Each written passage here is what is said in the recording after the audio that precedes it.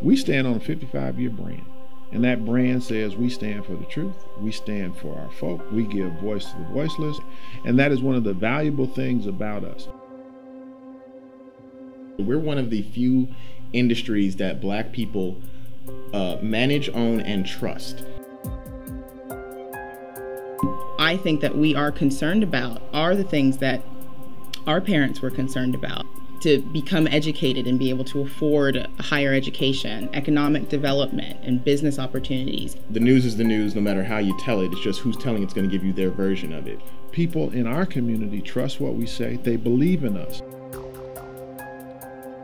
This part of the area is just as progressive, just as aspiring as any other part of the Dallas-Fort Worth Metroplex. And the African American community is becoming more and more ingrained and more involved and identified in that image that Dallas is presenting.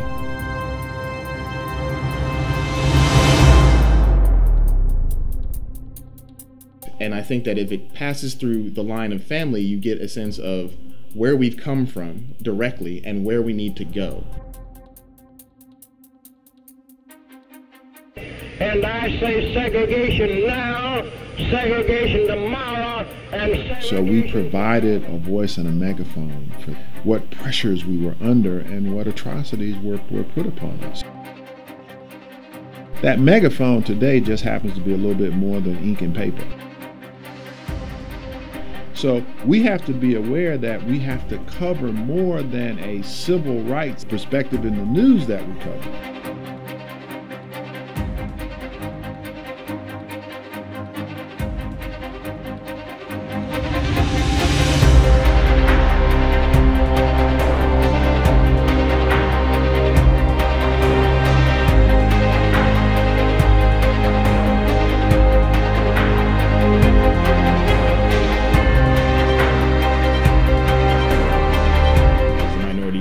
Grow, so does the need for information, need for entertainment, need for cultural activity. And the weekly's role has been to adapt.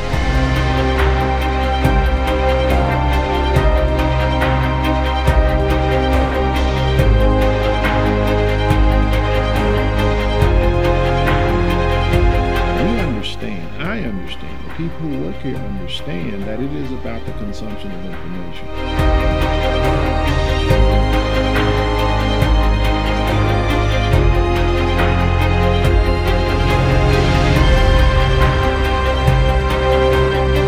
There's a reason to believe that a collective voice has power.